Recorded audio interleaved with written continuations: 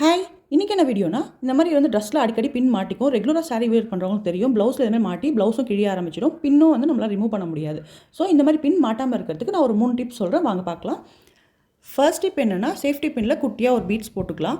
But சாரீலேருந்து bin remove பண்ணும்போது இந்த பீட்ஸை வந்து ரிமூவ் ஆகிறதுக்கு சான்ஸ் இருக்குது.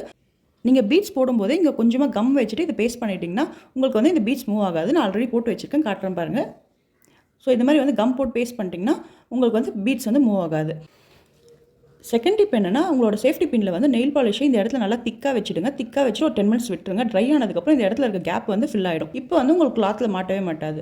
தேர்ட் டிப் என்னென்னா, இந்த ஸ்டிக்கரை வந்து இந்த பின்குள்ளே போட்டுட்டு நீங்கள் இந்த இடத்துல வந்து ஒட்டி விட்டுட்டிங்கன்னா அது அப்படியே இருக்கும். உங்களுக்கு வந்து எப்பயுமே சாரியில் மாட்டவே மாட்டாது. ஸோ நீங்கள் ஸ்டிக்கர் போடும்போது கேர்ஃபுல்லாக போடுங்க, கையில் குத்துறதுக்கு சான்ஸ் இருக்குது. நெக்ஸ்ட்டு லாஸ்ட்டாக கொண்டு வந்ததுக்கப்புறம் இதை வந்து இதுமாதிரி பேஸ்ட் பண்ணி விட்டுருங்க. இந்த ஸ்டிக்கர் வந்து நீங்கள் என்ன இழுத்தாலும் கிழியாது.